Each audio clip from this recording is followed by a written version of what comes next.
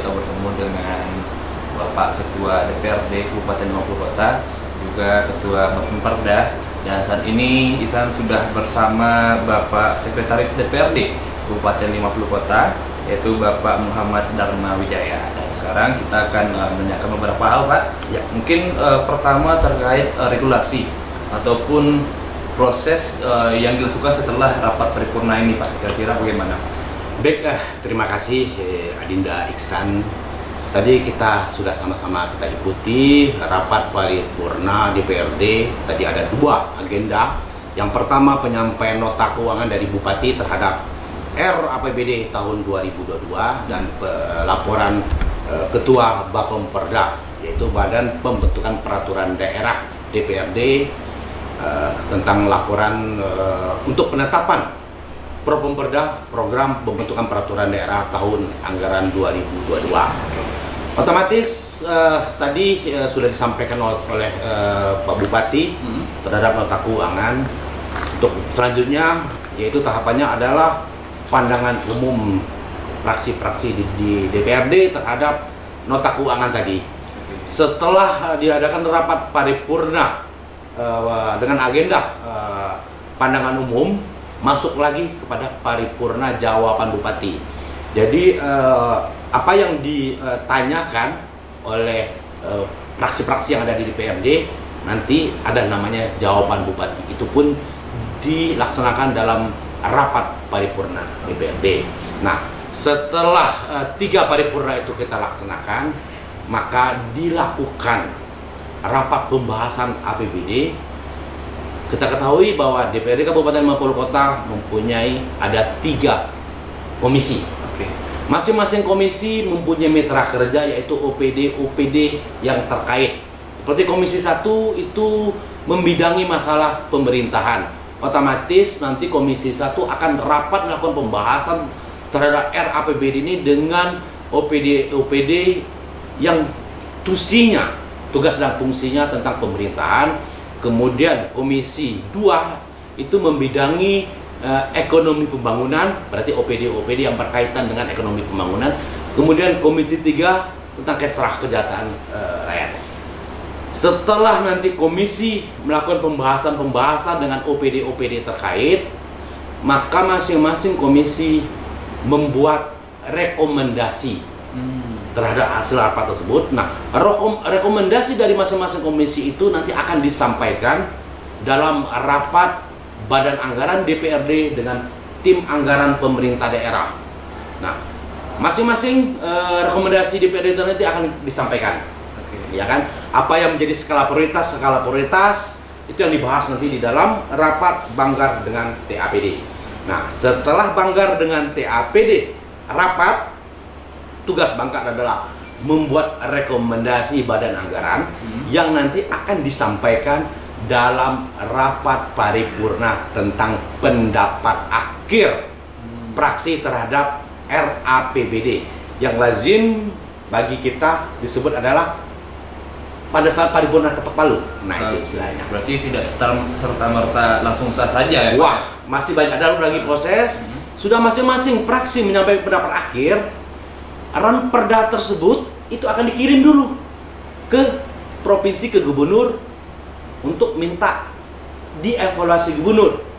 Nah, jadi apabila ada beberapa program kegiatan yang sudah disepakati tadi itu belum tentu berlangsung serta-merta dia akan tertampung di APBD 2022. Karena apa tadi itu?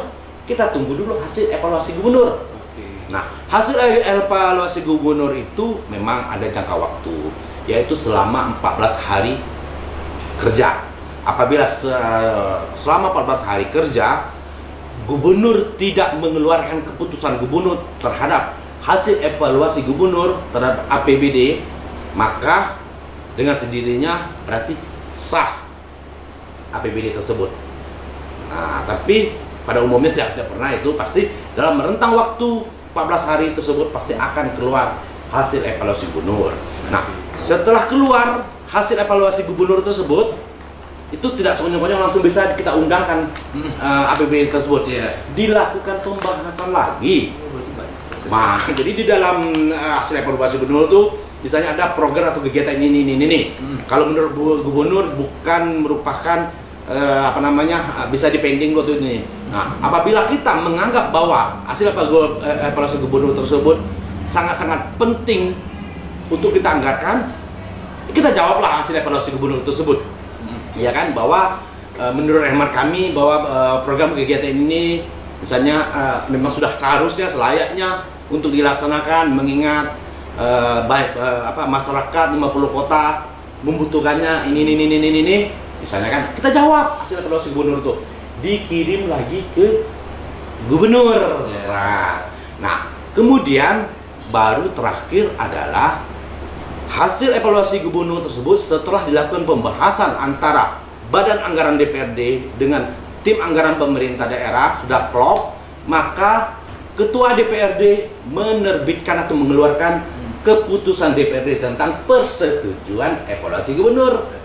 Baru bisa kita undangkan, istilahnya R-nya hilang, rancangannya hilang, jadi baru menjadi APBD tahun anggaran 2022 seperti itu. Jadi proses panjang. Setelah mendengar paparan dari Bapak berarti cukup maksimal sebenarnya prosesnya ya, apa ya? Sebenarnya kalau bicara kita masalah proses itu tidak sekonyong-konyong tadi itu paripurna nota penyampaian.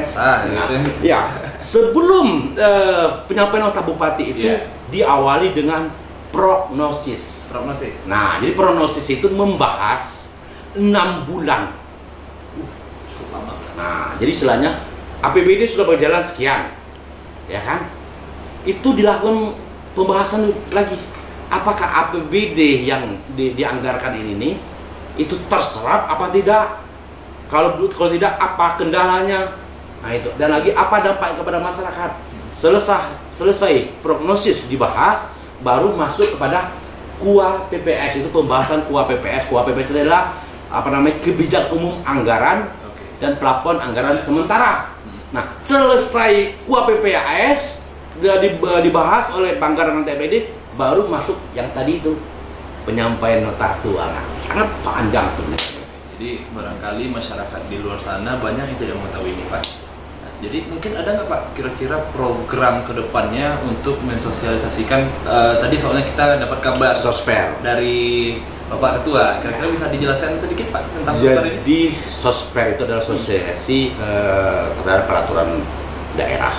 Jadi setelah pasca ditetapnya peraturan daerah atau sebelum ranperda ini digodok, kita lakukan sosialisasi kepada masyarakat dalam rangka menghimpun, menyerap aspirasi masyarakat terkait dengan ranperda yang akan kita bahas.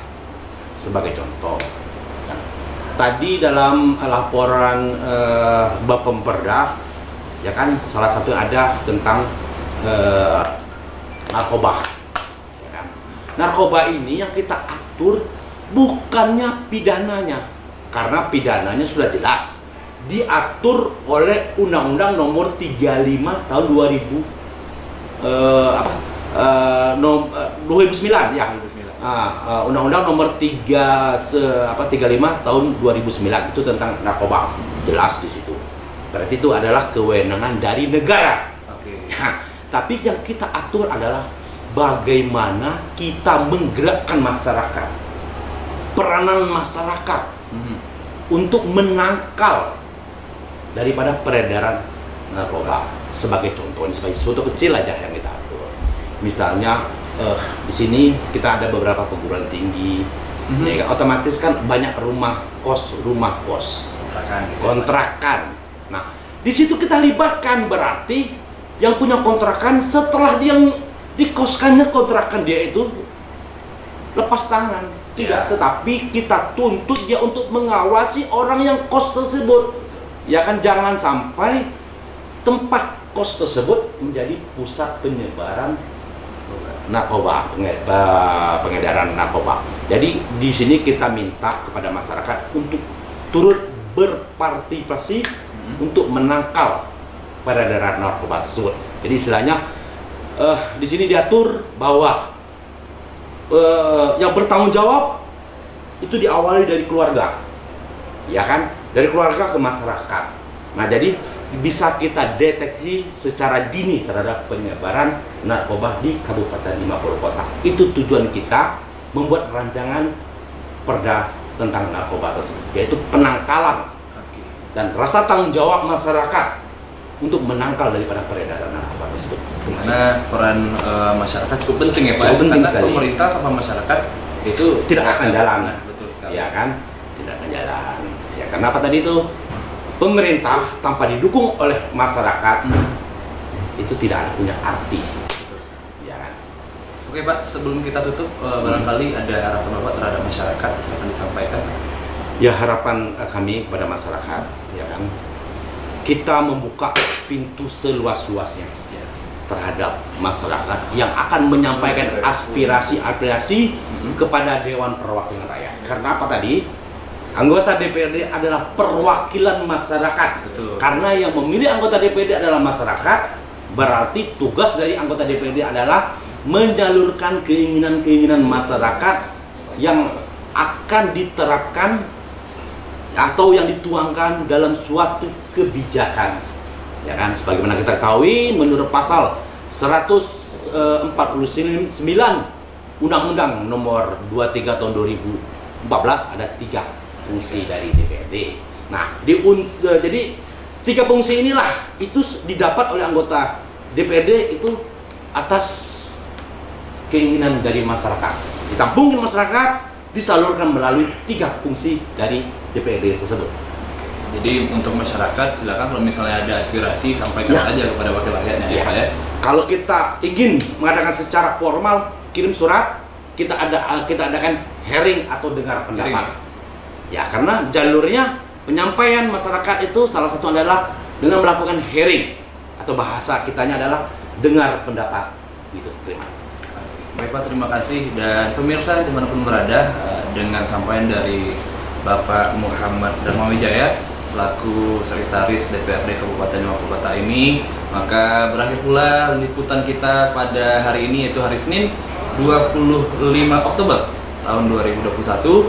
Mohon maaf jika ada salah-salah kata. Sekali lagi terima kasih, dan DPRD adalah tempat kita untuk menuangkan aspirasi ya Pak ya, dan kita harus percaya kepada wakil rakyat kita. Maka dari itu kami tutup. Terima kasih. Assalamualaikum warahmatullahi wabarakatuh.